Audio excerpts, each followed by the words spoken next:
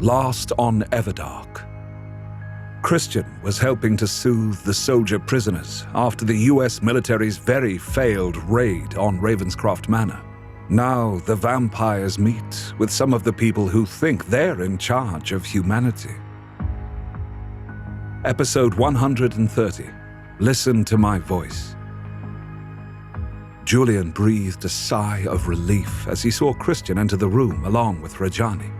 Their minds briefly touched in greeting. Everything going okay in here? Christian asked. Oh, sure. It's going great. We're making progress. Julian stated, trying to think of each moment closer to normalizing human-vampire relations. But that collapsed quickly upon itself. No, not really, no. What's been happening? Christian asked. A whole lot of nothing. Things were a little tense. Okay, maybe a lot tense between the vampires and the humans. Well, Damon seemed immune to the tension as he stared at their human guests with only mild, amused interest. The fact that he rarely blinked, and when he did it was slow and cat-like, was causing the humans no end of distress, though they were fighting not to show it. Are you trying to freak them out, Damon? Julian asked the Vampire King. I do not know what you mean. Damon professed innocence. Julian actually turned in his chair. You don't know. Damon gave him a smirk. I am enjoying this. I want to understand these people. Letting them talk is best. Okay, but they've been stone-faced so far. It's like a standoff here. Julian sighed. The two groups were at opposite ends of the dining room table. Damon sitting at the one head with Balthazar to his right and Julian to his left. Arceus was on the other side of Balthazar, while Seer was beside Julian. Arceus got up and offered his seat to Christian, who was going to wave it away, but Julian felt the mental request from Balthazar for Christian to settle in. Arceus moved behind Damon to lean against the wall, which is also where Rajani and Fiona were. Christian's parents were almost in the exact middle seats between the vampires and other humans. Christian's mother hugged her son, while his father smiled broadly at his boy across the table. On the other end of the table, in the head seat, was Colonel Warren Munro. To his right was FBI Special Agent in Charge Catherine Goodell. To his left was a man that wore black and grey fatigues with no name tag or insignia, but through looking into his mind, Julian knew he was Special Operative Stephen O'Connor with the CIA and several other clandestine agencies within the US government. In the very center of the table, on it, in fact, was Mephi. The cat was attacking a bit of ribbon while everyone, when they weren't looking at one another, was watching the kitten tussle with its enemy that seemed to include its tail. Despite the ridiculousness of it, or perhaps because of that ridiculousness, Julian approved of this kitten centerpiece. After all, who didn't watch videos of cats? It was somewhat of a common ground. It made the vampires seem more human. I think Mephi needs treats, Balthazar said with a frown. He's tiring himself out. He needs more energy, although things could get a little too ridiculous. Fiona sighed as she pushed off of the wall. I'll get them. Anything else? Water. Mephi needs water, Balthazar insisted. How do you know that? Are you guessing? Christian asked, even as Balthazar's arm snuck around his waist and pulled him close. Or are you reading Mephi's mind? Trying, Balthazar admitted. But his mind is, well, it's like that bit of ribbon, all over the place. But I definitely think water and treats are in order. Is that a vampire cat? Colonel Munro asked. He was a man in his late 50s with a buzz cut of grey hair. He had a craggy face with acne scars pitting his cheeks. Heavy lips and a broad nose completed the picture. Vampire cat? He'd love that, but alas, no. Cats can't be turned, Balthazar said with a put-upon sigh. Julian was certain that Balthazar would be so devastated when Mephi died that he might have came on animate the bones for him. That would be a little creepy, but Julian could totally see it happening. So, cat treats and water. I'll be right back, Fiona said, and teleported. All the humans except Christian's parents started when Fiona disappeared. I never thought I would see the day when she would get you anything, Eros. Seer chuckled. You've been pulling her hair for as long as we've been together. Balthazar kissed Christian's nearest temple as he said, "She's succumbed to my charms." Don't let her hear you say that, Arceus warned with a rumble. or you'll find crushed cat treats in your bed. Could you remind her that it's my bed too, Arceus? Christian requested. I shall. Arceus promised, which had Christian smiling and Balthazar scowling. "Well, you are my better half, Christian, so I suppose I won't take offense that Arceus wouldn't defend me to her." Balthazar lilted. Well, you can defend yourself quite well. Arceus stroked his beard. He was in his full-on all-leather and spiked collar order regalia, with his big bare arms revealed by the leather sleeveless shirt. The CIA special operative Stephen O'Connor seemed fascinated with his bulging muscles, though not in a romantic way. Arceus was big. So was Damon. But Arceus looked like a berserker from the past, which he, in fact, was. From a brief glance into his mind, Julian found O'Connor sizing up the vampires in the room and was finding each one an oddity. The only similarity between them was the predatoriness. But not all were muscle-bound like Arceus. Rajani seemed a slip of a thing, but O'Connor was sure she'd shiv him as much as smile at him.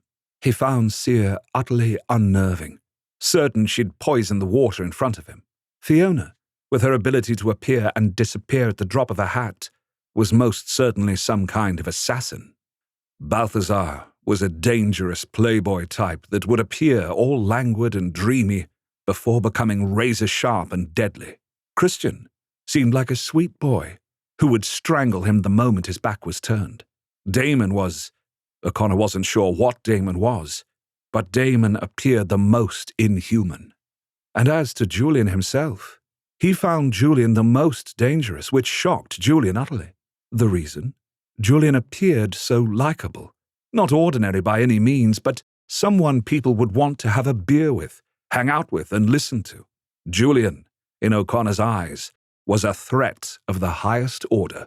So no cat vampires. The colonel remarked. That's something. Have you noticed the dead animals walking about among the troops, Colonel? I don't think I'm relieved that they can't turn a kitten into a vampire. FBI Special Agent in Charge, Catherine Goodell, remarked. She was holding herself rigidly. Her arms were crossed over her chest. She did not let her elbows or any other part of her touch the table. Julian had an idea that she thought the whole place was contaminated somehow. I did see the bear thing, yes. The colonel remarked slowly. I know it's a shock. Christian's mother, Elizabeth, said with an understanding smile. Vampires are real. Who knew? Evidently your son's best friend knew. Catherine Goodell remarked with a lifted eyebrow. Yes, and his parents knew. No. Elizabeth said as her gaze grew distant. Julian reached into his pocket, where his parents' soul gems were. Kamorn had already promised to start the process of freeing his parents the next night. This one was already packed full. Besides, it would take incredible time and energy to accomplish this. But Julian had no doubt that Kamorn could do it now. His parents would be returned to him. Aren't Julian's parents dead? O'Connor asked with a frown. Prince Julian. Arceus crisply reprimanded. As always, Julian wanted to wave away the lack of title, but he did not. These people were impressed by rank, so by having to call him Prince Julian, it would just reinforce the idea that they were dealing with the top vampires. Besides, despite most Americans' happiness to have thrown off the yoke of being ruled by a king or queen, they still had some reverence for noble titles for some reason. Further, when Arceus said it in that steely tone with those furrowed brows, even Julian did not want to gainsay him. Prince Julian. O'Connor corrected. Aren't they dead? Surely you understand that your concepts of dead and alive are not the real ones, don't you? Rajani asked with a lilting laugh. After all you've seen tonight, I would recommend you keep an open mind. Here are the cat treats and water. Fiona said, as she teleported back into the room right by the CIA operative. O'Connor nearly toppled his chair over, but Fiona managed to grab the back of it and set it upright while only spilling a little bit of Mephi's water on the table. The CIA operative went from moving to sitting incredibly still in half a second. Fiona put the dish of water next to Mephi, who stopped playing with his ribbon to lap some of it up. She put a few treats beside it, before tossing the bag over to Balthazar, who caught it one-handedly with vampiric reflexes. Mephi devoured the treats, licked his whiskers, and then curled up in a ball to sleep. Now that the cat is fed and watered, why don't we get down to brass tacks here? The colonel said, threading his fingers together before stretching them out before him until they cracked. You were the ones that attacked us, Balthazar pointed out. So maybe you should start and explain yourselves. You're vampires. Catherine reminded him. I'm actually an immortal, as are Damon, Seer, and Fiona. But there are vampires here too, Balthazar explained, which had the woman from the FBI blinking in confusion. Immortals aren't vampires? Catherine asked. The immortals are the 10 original beings who came to Earth and created vampires from humans. Henry explained, adjusting his glasses. Are you some kind of vampire scholar? Catherine asked Christian's father. I certainly hope to be. Henry said with a smile. I answered on their behalf because, like you, I had to understand the structure. I think if you hear it from me, it might be more palatable. Because you're human? O'Connor asked. Henry nodded. And because I'm a teacher. If I can get history into the heads of my students, surely I can get this into yours. There are 10 vampire bloodlines, each ruled by an immortal, and every person in that bloodline has the same or similar gifts. Eiros can read and control minds, while Wyvern can teleport, and so on and so forth. King Damon has all those gifts and more. There was a lot of blinking going on. Think of them like Harry Potter houses, and that will help. Julian said. Henry continued. Within bloodlines, you have houses that are ruled by a lord or lady. Normally, the houses are of one bloodline, but Balthazar's may be expanding. Well, it's happened. After almost 3 years, we've uploaded the last chapter of the Everdark audiobook to the members' private podcast feed. So it's all there for any member to listen to. If you want to hear the uncensored versions of the chapters with no cuts and no commercials, hop on over to the membership sign-up form. It'll cost you $9.95 a month, and you can cancel at any time. But you'll be able to listen to all 147 chapters of Everdark. They are clamoring to get in when before I wasn't on their dance cards at all, Balthazar muttered. Christian patted his hand. Balthazar kissed his cheek. Then they both fed Mephi treats, which seemed to cheer up people quite a bit. I've been authorized by King Damon to explain to you that there are rebellious elements that have caused... Here, Henry looked at Damon and carefully said, unrest. They upset the order of things. Humans are unaware of vampires' existence. Clearly, that has changed now. The rabbit cannot be put back into the hat. So you decided to just reveal yourselves. Catherine looked disbelieving. We could hardly not do so. But let's get back to you, Balthazar said languidly. Why did you come in here, guns blazing? We broke no laws. You raised the dead. You killed all those people in the museum. The colonel barked. Actually, we saved you, Christian said with a deep frown. We stopped more people from getting hurt. We were not the ones that did the rest. So vampires or immortals or whatever you are weren't responsible for several cemeteries worth of corpses rising up? Or the deaths of all the people in that museum? Catherine demanded. Balthazar opened his mouth, tilted his head to the side, shut his mouth, and opened it again before saying, technically, yes. There's an immortal and a bunch of vampires responsible for that, which Henry mentioned. But they'll be crushed soon enough. Yet, as a point of contention, are you, personally, responsible for what every other human being does? No? So why is it so hard to believe that we aren't responsible for everything every vampire or immortal does? So there are good vampires and bad vampires, you're saying? The colonel asked with a grunt. Really? Why so surprised? Oh, you thought we would all be bad, Balthazar said with a sigh as he clearly read the colonel's mind. Still, you could have come to the door and knocked. You didn't have to arrive in a bunch of unmarked vans. That's hardly friendly. We had no reason to think you were friendly. O'Connor grunted. Still not sure of that. Catherine remarked. We came here because we see you as a threat to national security. If you think by capturing us that this ends things or something, I've got news for you. There are plenty more of us, and if we don't check in, they'll come. The colonel jabbed a finger at each one of them. Oh, we're aware. Rajani said sweetly. You've got moles in the government. The colonel's eyes narrowed. We have people everywhere. Rajani smiled broadly as she said this. The three humans shifted uncomfortably. Iros, I want our people to sleep in the Everdark from now on, Damon said as he regarded the humans evenly. I believe things are going to get messy before they clear up. Balthazar gave a quick nod and shut his eyes. Julian heard the command go out. It was like a shiver over his skin. King Damon commands that every vampire return to the Everdark to sleep. Earth can only be accessed during nighttime hours, Balthazar sent. Further instructions will be forthcoming as we deal with humanity. Julian could have sworn that a breeze swept through the room, but it was only a mental one as Balthazar sent the orders to every single vampire. Balthazar's eyes opened, and he was smiling. I'm getting quite good at that, Balthazar said. At what? Catherine asked. Never mind. It's our time to question you. Balthazar wagged a finger at her.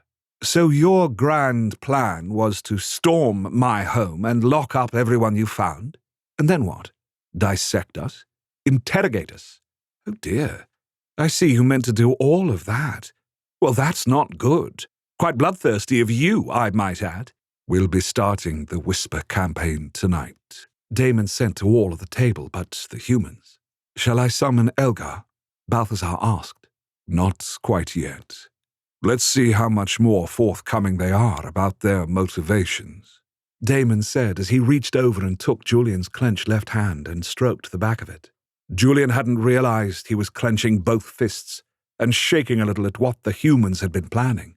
If they had come during the day, things might have ended up just as they wanted them. It is all right, my child, Damon soothed. I would never have allowed that to happen. What Callie did was necessary to bring us together. These are mere children, infants, really. They cannot hurt us. But they wanted to. Julian found himself crying. We are not like them. We do not simply destroy out of fear. Damon reminded him, and that had Julian flushing. He had wanted to strike out because of anger and, yes, fear of what the humans could have done. But was that not the same thing these three were doing? Would he be any better if he did? We must expect this response at first. Damon explained. Unlike you, who were open to the idea of vampires, they are not there yet. They see us as weapons, not another species they are encountering. Callie did accomplish much here. Callie, we really need to tell Kaymorn the truth. Yes, my child, we will. Tomorrow evening in Nightfallen, he'll know everything, Damon said. Julian focused himself on the three humans again.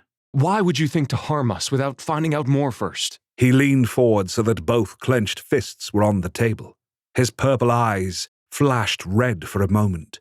Just attacking blindly before you understand what is going on is a sound strategy in your opinion? Do you really blame us? Catherine asked as she rubbed her hands together as if chilled. The things you can do, how can we ever be safe with you? Safe? Humans are hardly safe from one another. Elizabeth pointed out.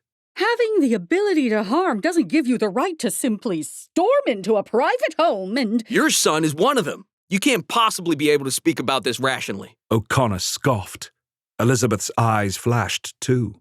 Not red, but steely. This wasn't what I hoped for my son or Julian. But if I ever thought that becoming vampires was a worse choice than staying human, you're starting to change my mind. Henry's brow was furrowed. Fear is blinding you to the possibilities.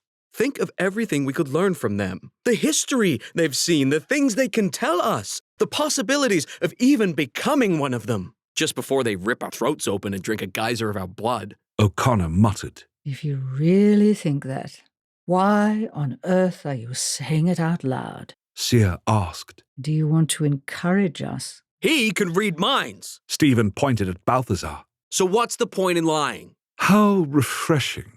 But you're still lying, Balthazar said. And I'm not the only one who can read minds here. That had the three humans gazing about the room nervously. If they thought that by knowing who could do it would allow them to stop it, that fallacy was blown away now. We've lived among you for thousands of years. Rajani said. We haven't destroyed humanity yet. You've done quite a bit of that on your own. Oh, so Hitler wasn't a vampire? The colonel asked. Rajani looked pained and said as if to a small child. No, of course not. Why, of course not? Catherine asked. Because you're not only our food supply, so why would we kill you? But also we come from you. Rajani reminded him. The kind of destruction that a Hitler or a Stalin or a Mao Zedong committed against humanity would never be our way. We would be destroying ourselves in the process. So you'll put us in camps and bleed us? O'Connor snarled. Again, have we done that so far? Seer turned her bandaged eyes upon him. The fastest way to foment a rebellion is to do as you suggest. Don't you feel any wonder? Julian asked as he studied each of their faces. Even when I thought I hated vampires, there was a sense of wonder about them and what their existence meant. Doesn't any of that occur to you? We have vampires who can raise the dead. We have vampires who can communicate with spirits. Forget all the other things we can do. Those things should make you pause and consider. But you would have destroyed all that. We will study you and keep ourselves safe. Catherine stated. So not even a question of coexistence. Elizabeth looked ill. Just cut them down or cut them up. She shook her head. That's not what the people of this country or the world would want you to do. People often don't know what's good for them. The colonel stated. Can you honestly tell us that we are wrong to consider you enemies? That we are not in danger from you? Damon spoke for the first time out loud. You are only in as much danger as you choose to be. So if we bow down to the king, we'll be just fine? The colonel gave a colorless smile. Damon inclined his head regally. You would be under my protection then. You are under it now, but you do not yet have certain rights. We're United States citizens. We already have rights that you are currently violating by keeping us here. The colonel stated stiffly. I don't know. I pretty much think we can argue self-defense, Balthazar muttered. And we have plenty of lawyers and judges in our pocket to make that work. But I don't really think that you want this out in public. You don't. Julian realized as thoughts bubbled to the surface. Elizabeth is right. You know that the majority of people won't want vampires harmed. They think vampires sparkle. Catherine said with a flattening of lips. They'd give you talk shows and make movie stars out of you. They wouldn't understand the danger you pose. We already are in those professions, Balthazar snorted. We are beautiful, and we are deadly. We drink your blood, and we want to turn some of you. The public knows all that, and is okay with it. In fact, they're thrilled at the idea. Balthazar spread his arms wide. I can hear their thoughts, the thoughts of this entire city, and I can tell you that they cannot wait to meet us. Iros, bring Elgar now, Damon stated. As I was saying, you do not yet have full rights under my rule. Your actions have been in bad faith. Damon told the three of them simply. Catherine's right hand drifted to her throat. What are you going to do? O'Connor hissed. You won't get away with this. The colonel added, If you attack us, you're making the entirety of the United States your enemy. Damon laced the fingers of his hand through Julian's as the door opened, and Elgar came in with his skull. The three humans lurched back in their chairs at the sight of him. We are not going to attack you, Damon assured him. In time, there will be laws about doing this, but You weren't invited, and though you are truly not a threat to us, you are endangering others and yourselves, so we must save you. Save us? How? Elgar lifted his eyes from the skull and looked at them head-on. You will listen to my voice. My voice is all you will hear. There was almost a susurrating noise. Julian watched as the Colonel, Catherine, and O'Connor's eyes went blank, their mouths parted slightly, and Elgar spoke in a gentle, whispering tone that had harmonics to it. Damon stood up and pulled Julian gently to his feet. Come, Julian. I wish to be alone with you. Elgar has this well in hand. Join us next time for episode 131, Nightvallen. If all you've heard is Everdark, it is the best quality thing we've ever done, what with the professional actors and all. But there are 2 other audio stories under membership site.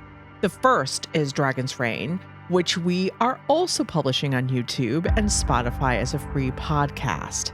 This takes place in a slightly futuristic world where immortal shifters of all kinds live among humans. The romantic couple is a grouchy but powerful dragon King Valerius and new dragon shifter ktten, his golden retriever boyfriend. The public version is on YouTube and Spotify, and the member version is uncut and at least 15 chapters ahead. Then there's The Night Prince, which I am narrating myself. I'm still writing this story, but I have over 50 written chapters on the site and 30 audio chapters. The Night Prince is queer high fantasy with so much going on. I'll just link to the main page on the site so you can see the beautiful artwork and read the summary. This story is currently members only, but the ebook of Night Prince is coming out in early 2025. I should say the first volume of the serial, because as you guys know, I write long.